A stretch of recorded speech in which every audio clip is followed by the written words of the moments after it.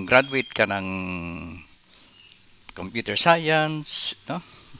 IT, so diniscuss ko ron marami kang trabahong ma-applyan. In-example ko na po dyan yung ah, pinakamaliit na trabaho ma-applyan mo is yung sales clerk, yung front desk na nag-a-assist sa mga bumibili ng mga computers sa store, sa SM, tsaka dun sa mga nagbebenta ng computer. Okay? So, isa na po dun yung binanggit ko na computer clerk, secretary, no? Computer technician, AutoCAD operator, programmer, website designer, graphic artist, video editor, and network administrator. So, hindi lang po yung mapapasukan nila. Alam naman natin sa mga company na wala namang company na lalong-lalo yung malalaki, kailangan yung mga company dyan mga talagang maraming computers, no?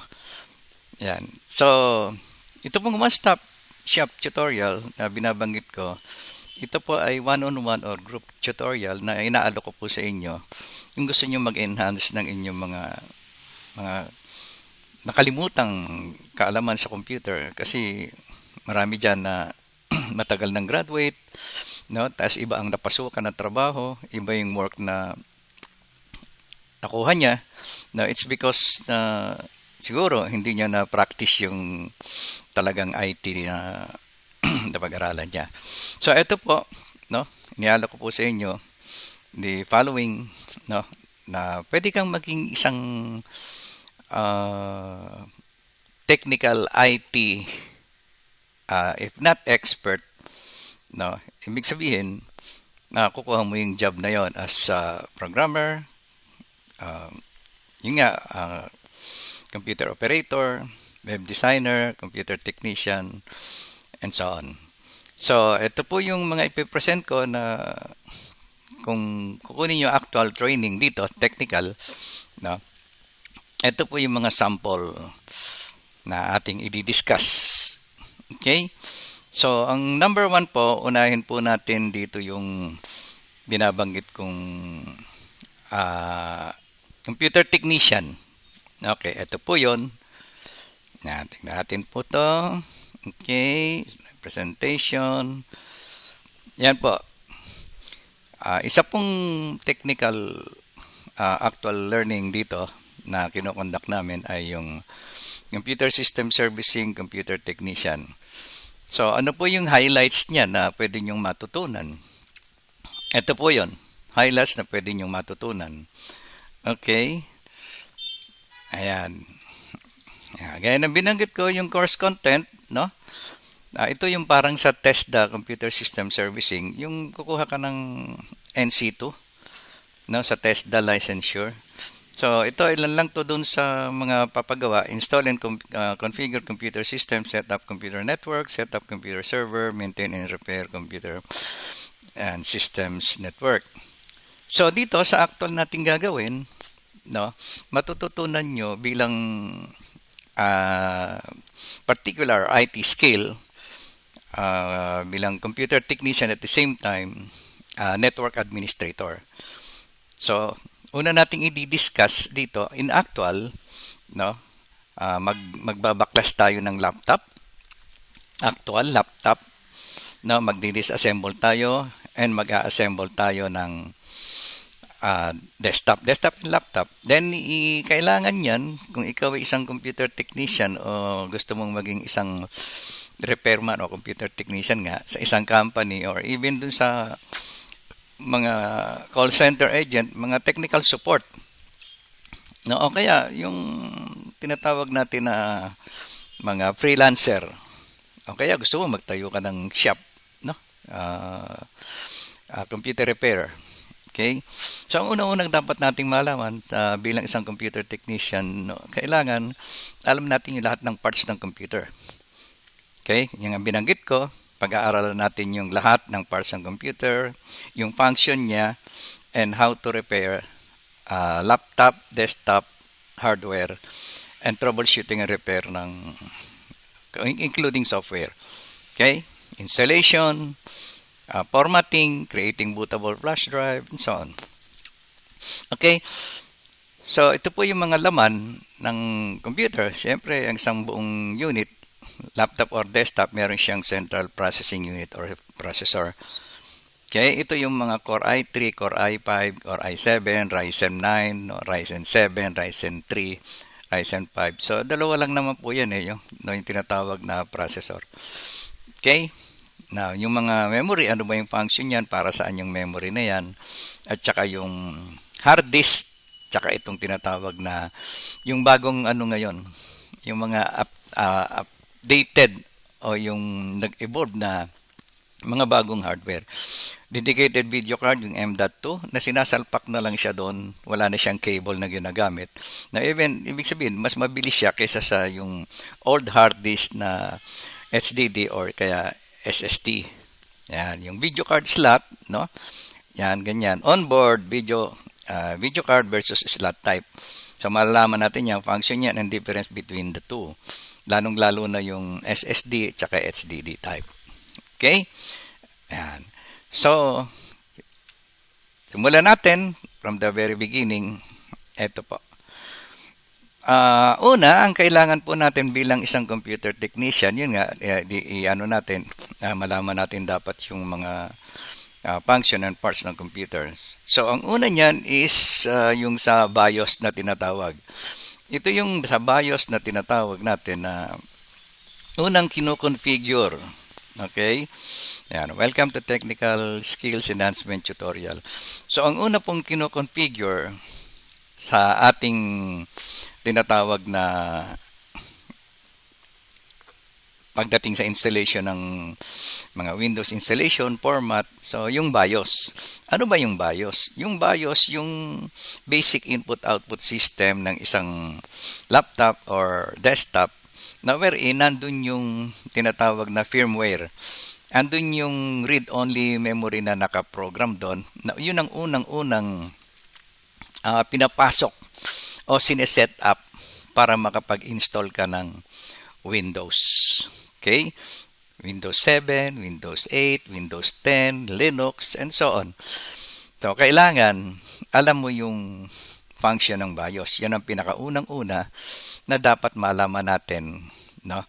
Kung ano yung role ng BIOS sa inyong laptop or desktop. So, ulitin ko po, isa po siyang chipset na meron siyang laman na program dyan na ang tawag nila dyan ay firmware o yung read-only memory. Na nandyan po nakalagay yung program na sineset up na unang kino-configure para makapag-install ka ng Windows. Yung tinatawag na Windows installation formatting. Ayan. So, ito po yung tinatawag natin BIOS, Basic Input Output System. Okay? So, pag sinabing UEFI, Dual BIOS, ibig sabihin ito na yung mga makabagong computer ngayon, laptop or desktop. So, makabagong BIOS na tinatawag na pag nagagalaw mo yung mouse, so ibig sabihin, yung BIOS mo ay UEFI na. So, kasi yung mga hindi UEFI BIOS, no, legacy lang siya na tinatawag, hindi mo magagalaw ang mouse doon. So, ito po yung mga kino-configure bago ka mag-install ng Windows. Okay? So, upon installation ng Windows, no, yun na. Yung mga application software na. So, ito, inuuna nito, kailangan makapasok ka dyan. Para makapasok ka dyan, meron kang pinepress sa keyboard. Okay? Sa keyboard, ang pinepress mo dyan, yung F2 o kaya Del para makapasok ka dito. Which is the very common ina-access is F2 or Del sa keyboard, pinepress nyo upon booting ng computer. So, dito makikita nyo dyan yung picture, BIOS picture. So, makikita mo boot option, 1, 2, 3, and 4. So, ibig sabihin yan, pagka nandyan, no, pababasa mo na ang iyong gagamiting installer, yung tinatawag natin bootable flash drive, no, gagawa ka nun, or yung tinatawag na yung pang-install ng araw, yung hard, yung CD or DVD. Okay, ito naman yung tinatawag natin legacy. So, i-discuss natin yan. Ano ba yung difference between UEFI and legacy BIOS. Didiscuss natin po yan buong buo. Ano ba yung difference ng dalawang yan? Okay? Ano yung role? No? Which is itong pinaka very important na malaman, no, ng isang computer technician. Yung mga kahit nagsisimula pa lang, yung iba, mga expert na binabaliwala na to. Siyempre, from the very beginning, dito ka talaga unang dadaan ng isang computer technician. Tinatawag tayong boot priority, no? I-discuss natin ano ba yung boot priority, ano ba yung tinatawag na Windows Boot Manager, ano ba yung tinatawag na boot option number 1, number 2, number 3. Okay? Ito na naman isa pang legacy BIOS, no? Yung mga pag nakakita ka ng ganito sa isang laptop or desktop, ibig sabihin ang computer mo ay old model na. So ito yung legacy BIOS, no?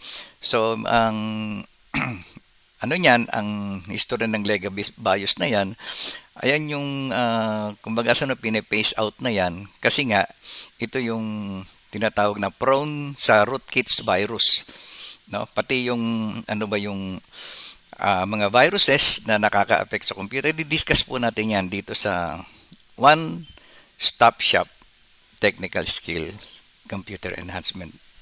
Okay? So, yan po, isang klase ng BIOS na naman yan, no? Pero iisa lang po niyan yung tinatawag natin na mga setup and configuration. Magkaiba lang po sila ng mga environment o yung tinatawag ng mga design, yan, yung mga ganyan, yung mga tinatawag na kanya-kanyang design, no, ng motherboard o ng BIOS ng motherboard. Okay, yan, isa pa yung ganyan. Yan, ito pa yon. So, yan po yung tinatawag natin mga BIOS, na which is yung unang ginagalaw para makapag-install ka ng Windows. So, ano ba yung tinatawag na CMS support, no? Yung mga boot option na yan, yung security, no? Tinatawag na security, yung secure boot, no? Na kahit magugulat ka, no?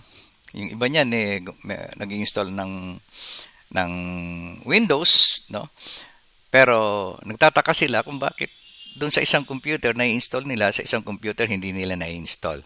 It is because of the difference between legacy and UEFI, and at the same time yung ginagawa mong bootable flash drive, no? Kailangan alam mo yung MBR, master boot record, at saka yung GPT na tinatawag na siyang magmamatch dito sa configuration ng BIOS na UEFI or legacy. So yan po yun, ha. Yan, yung mga configuration na ganyan. So this one, another legacy BIOS.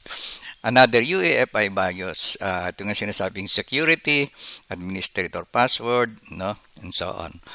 Okay, so yan po yung BIOS na tinatawag. Now, tingnan naman natin yung isa pa nating i-discuss. So, isa na yun, ha. Ano ba yung BIOS? Medyo sa kagaya ng binanggit ko. Sir, nakikita ko na yun sa YouTube, no? Kaya kong pag-aralan niya mag-isa. Oo nga, nakikita mo nga sa YouTube, nakikita mo, napapanood mo lang, pero kapag nag-error na, wala kang matatanungan. O, ibig sabihin, walang interaction dun sa pinag-aaralan mo. Okay, you just watch, no? And then try to understand kung ano man yung sinasabi niya. So, pag medyo nagkamali ka ng isang pagkakamali lang, hindi mo na alam ang kasunod. Okay? So, dito, sa technical skill, okay, one-on-one tayo. Ibibigay ko sa iyo lahat na kung ano man nagiging problema, ano man magiging solusyon. So, ito po yun. Kinumpile ko po, no? Kinumpile ko po to. Ayan. So, ito yung nakita ko sa mga YouTube, no? Mga tinatawag nilang sinasabing mga problema sa computer na how to solve it, no? Ano yan yung troubleshooting and repair, no? Hardware and software. So, ayan po yung top 10 PC problem with solution. So, mapapanood mo yan, pero maintindihan mo ba kung ano yung sinasabi nila? Okay? So, yan po. Using automatic repair boot option. Discuss natin yan. How your hard disk work. Don't do this ever. How to fix no display. no? So, although nakikita mo sa YouTube yan, pero hindi mo ma-actual. Dito, sa technical skill, mismong actual natin gagawin how to fix that problem. Okay? Yan po yun. Connected but no internet. No? Pabilisin natin ang inyong computer. 3 steps in 3 minutes. Board level repair. So, yan. No? So, wala tayong board level repair kasi kailangan yan. Ano yan kailangan meron kang at least knowledge sa electronics. No? Medyo dadaanan din natin yan. So, live stream video editing. No? Nasingit tong live stream video editing. Ayan, yung tinatawag natin battery. No? Battery pala ang may problema. Laptop screen flickering, flashing, diagnosing your PC, no display, computer, troubleshooting common hardware problems, startup problem, solve how to repair Windows 10 using command prompt, computer troubleshooting, solve any computer problem. Napakadami po, di ba? Automatic repair. May sinasabi pang how to troubleshoot dead PC. This computer will be rising from the dead. Fix Windows 10 hanging, freezing issue quickly, easily. And then yung pinakalas, what happened to you, my PC? Ibig sabihin, give up na. No? Sa dami na naging mga problema, reset, repair, dead motherboard, slow PC, no problem. Sabi nila, computer networking job, base training, network troubleshooting, and so on. So, napakarami po ng problem daw pagdating sa computer o laptop. So, makikita natin sa YouTube yan. How to install Windows Server 2019, step-by-step tutorial. How to remove virus to laptop and desktop computer. Dito po, magre-remove tayo ng virus without losing file. Computer won't start, blue screen of death. Ano ba yan? No? Ayan. So, yan po yung mga napakadaming problem sa computer, no? Laptop or desktop. Pero alam niyo po ba, na sa computer troubleshooting and repair, napakadali po i-troubleshoot at i-repair.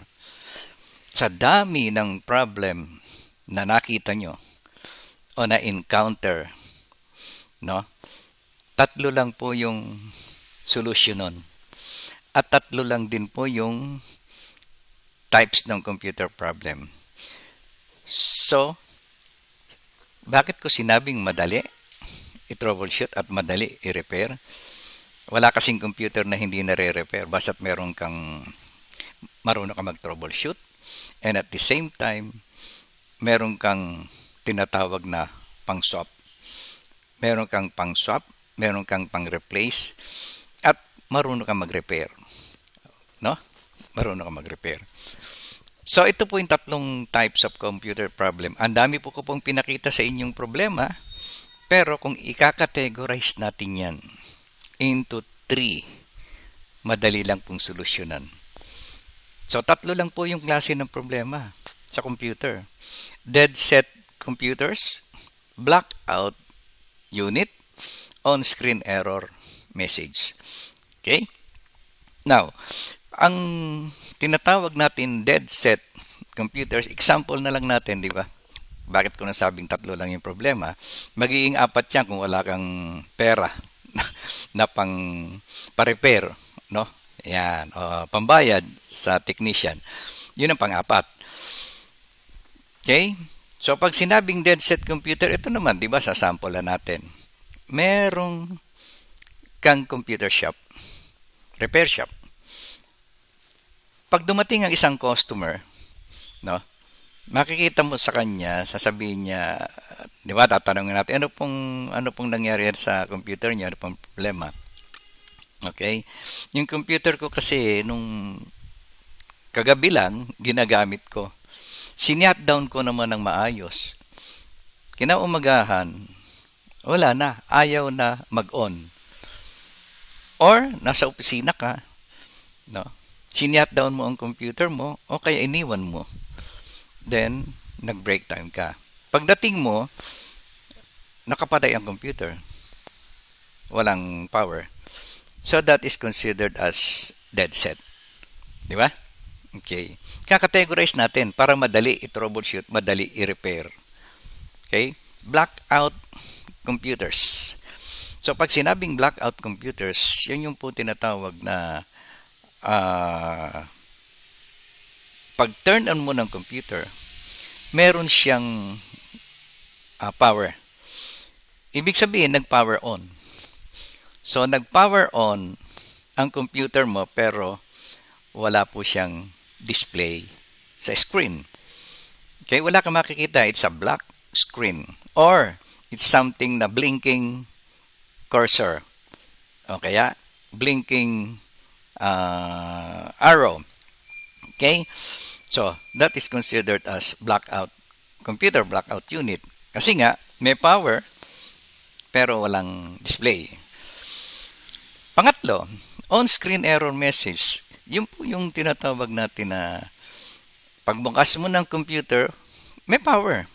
At meron kang nakikitang display sa screen. So, nakita natin yung mga display sa screen, di ba? Kanina pinakita ko yung maraming error. Blue screen of death, nagre-restart, naghahang, nagpiprease. Minsan pagbukas mo, ang daming numbers na nakikita mo, ano ba to? No? Ano ba itong mga numbers na to? Ano ba itong mga letters na to na kulay blue? No? Blue screen of death. So yun po yung errors na yun. Wala nang iba. Di ba? Wala na, tatlo lang. No? Kung ika-categorize mo, tatlo lang siya. Okay? So how to troubleshoot? Gagawin natin yan. Paano ba ang pag-troubleshoot ng dead set computers? It's very simple. Okay? I-actual natin paano pag-troubleshoot niyan. Ang troubleshooting lang niyan, swapping method, how, replace, no? Upon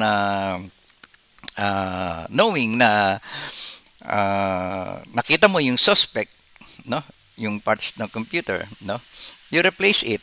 And then kung repairable siya, you repair it, no? Alam natin ang mga parts ng computer is beyond repair, no?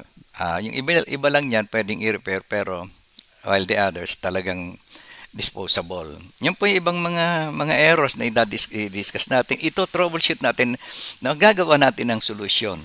Blue screen of death, disk boot failure. So pag sinasabing blue screen of death, that is on-screen error message, disk boot failure, the same, operating system not found, the same, select proper boot device, the same, on-screen error, hardware compatibility, no? Pwede yung tinatawag nating blackout, no? Or dead set. Check some error on screen. Graphics problem on screen. Software apps will not install on screen. Missing DLL on screen. Software OS running slow on screen. Dami po, no? Yan po yung marami, yung mga nagdi-display sa screen. Nothing is working. Dead set. Ibig sabihin, nothing. Pag on mo, ayaw talaga mag-on. Keyboard not working on or sticky key. So, ibig sabihin yan, blackout or dead set. Monitor not working, yun na yun. Blackout, di ba? Pero may power. No internet connection on screen. Mahina nga internet Wi-Fi is low on screen. Printer not working on screen. No sound. Okay?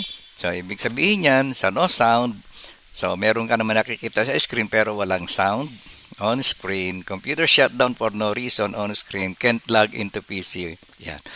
Yan po ang mga ito-troubleshoot natin. Very, very simple. No? Bigyan ng solusyon. Okay? So, yan po yun. No? Isa sa ating mga isosolve na mga problems. Okay? So, pumasok ang job done. Itong job done na to, gumagawa kasi ako ng bootable flash drive. Ito po yun. Gagawin natin yan. Okay? Ito po yung gumagawa ko ng bootable flash drive. Ibig sabihin, nagawa ako ng flash drive installer, no? Para makapag-install ako ng Windows. Bootable flash drive. Ito, job done na daw, no? Kaya job done, okay na, job done, okay. So, nakagawa na ako ng bootable flash drive, which is under, no, Win setup. Okay? Sama yan, i-discuss din natin yan. Yung paggawa ng bootable, multi-boot flash drive. Madali lang daw to, no? Sa YouTube makikita mo. Pero ang tanong, if something wrong, merong error, hindi mo na alam, di ba? I-troubleshoot. Kasi dapat alam mo yun lahat ng ito no? Ano ba itong tinatawag na auto format and so on, yan. Okay? So, nakagawa ko ng isang flash drive bootable. Gagawin natin yan, no? in actual para magawa tayo ng bootable flash drive. Okay, next in line, yung pag-upgrade ng computer. Okay, how do we upgrade our PC or laptop? Okay, laptop hardware upgrade, no? Ito po yung mga motherboard, no, laptop motherboard brands na yung motherboard ba ng aking laptop pwede ka upgrade. Depende ron sa model. Alangan naman na ilagay mo isang motherboard na hindi naman kasya, no, hindi naman fixed doon sa mismong tinatawag nating case. Okay? I-discuss natin yan. Intel Core 2 Duo, i3, i5, i7. Ano ba yung mga difference ng mga yan? No? Yan. Okay? Ano ba maganda dyan? Ano ba yung mas better dyan? Ano ba mas mabilis? Ano ba yung and so on.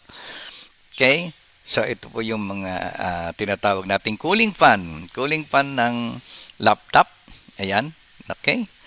Yan. Ano ba? Ano bang purpose niyan? No? Yung mga heatsink na yan.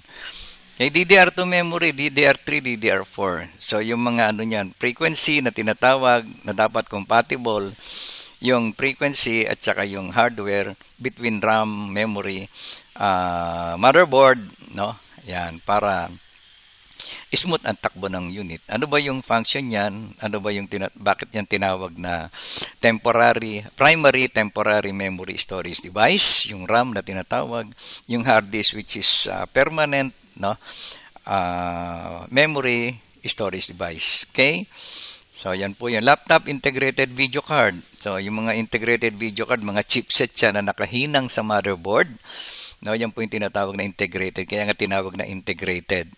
Okay, ano ba yung integrated? Ano ba difference integrated versus dedicated? So when we say dedicated, no, yun yung natatanggal at inaikakabit. Yung integrated hindi na natatanggal at hindi mo na mapapalitan. Kung gusto mong palitan, tatanggalin mo yung hinang, hindi na pwede yan. Okay? Makina gumawa niyan. Okay? Yan. So, laptop dedicated video card, ayan po yun. Sa mga laptop. So, ano ba yung ano niyan? Meron niyang tinatawag na setback Na, sir, bakit parehong laptop lang to, parehong model? Bakit mas mahal yung isa? Mas mura yung isa, pareho lang naman model, pareho lang naman yung memory niya, pero dito ka magugulat kasi meron dedicated video card, yung isa naman integrated. Ano ba yung function niya? Bakit ba nag-integrated video card? So, basta integrated, ibig sabihin, kumakain yan ng space ng RAM, while yung integrated, while in dedicated, hindi po kumakain yan ng space ng RAM. Kaya nga, yun, i-discuss natin yan. Ano ang function yan? Ano ba yung setback niyan? Ano ba yung negative and positive effect niyan? Okay? So, hard disk, yung SSD and HDD, di-discuss natin yan. Ano ba yung difference between the two? Ano ba yung dapat kong bilhin, dapat ko i-upgrade? No? Karapat dapat i-upgrade yung aking laptop, ang aking desktop, no? Ang aking hard disk ba i-upgrade ko? Memory ba? And so on. Okay, and then perform clean Windows installation. Yan po yun. Mag-install tayo ng Windows using bootable flash drive. Yan. Possible hard disk error, on-screen error message, operating system not found, Windows hard disk reading error, yan, keeps on restarting, system hang, blue screen, and so on. So, yan po yung mga i-discuss natin. Okay? Kasama yan. Next in line, so ito yung creating bootable flash drive. So, in creating bootable flash drive, ito po yan. Yan. Okay? Yan. Ano ba yung operating system? Yan. Ito po yung requirement para mag-create ng bootable flash drive. So, ito po yun. Although na gaya ng binanggit ko, ulitin ko. Meron kayong mababasa sa YouTube niyan. Pwede nyong sundin. Pero pagka nagkaroon ng mga something na indifferences o yung mga tinatawag incompatibility, yon, barado ka na. Wala ka na mapagtatanungan. Okay? Dito, one-on-one tayo. Aalamin natin ano yung possible na solution kung ano man yung ating na-encounter na problem when it comes to hardware and software. Okay? So, yan po. USB, may external drive, flash drive sa mga baguhan, no? Ayan, di-discuss natin yan. Sa mga meron ng alam, gusto mag-enhance, yan, medyo konting na lang siguro yung upgrade. Okay? So, ano ba yung compressed file? No? Kasi hindi ka basta-basta makakapagawa ng bootable flash drive hanggat wala kang tinatawag na compressed file o yung tinatawag na ISO file, RAR files, no? Mga application, utility para makagawa ka ng bootable flash drive. Yeah, gaya ng WinSetup. No? In WinSetup application, you can create multi-boot OS. So, ibig sabihin, isang OS, isang flash drive, maraming OS na mailalaman mo like Windows 7, Windows 10, Windows 8, Windows Server 2012 to 2016, and so on. Okay? And then yan po yung program na ginagamit, WinSetup, para makagawa ka ng automatic bootable flash drive na maraming laman. Ayan po yun. Ayan. So, gagawin natin yan. Actual. Ayan. So, yan na po yan. And so on. Yan po yung mga paano paggawa ng bootable flash drive. Job done. Yung nakita nyo kanina. No? Yan. Yan. Tapos, nakagawa ka nga ng bootable flash drive, pero hindi mo naman alam kung ano ibig sabihin nito. You have just created a media that uses the UEFI NTFS bootloader. Please remember that to boot this media, you must disable secure boot. No? Ibig sabihin niyan, sa BIOS, i-disable mo secure boot. Asan ba yun? No? Paano i-disable yun? Anong gagawin ko? Kaya nga, pag hindi mo alam yun, wala. Wala yung kinreate mong bootable flash drive. No? So, dapat alam mo yung BIOS setting up. Okay? Yan po yun, ha? So, isa po yan. Next in line, marami po to.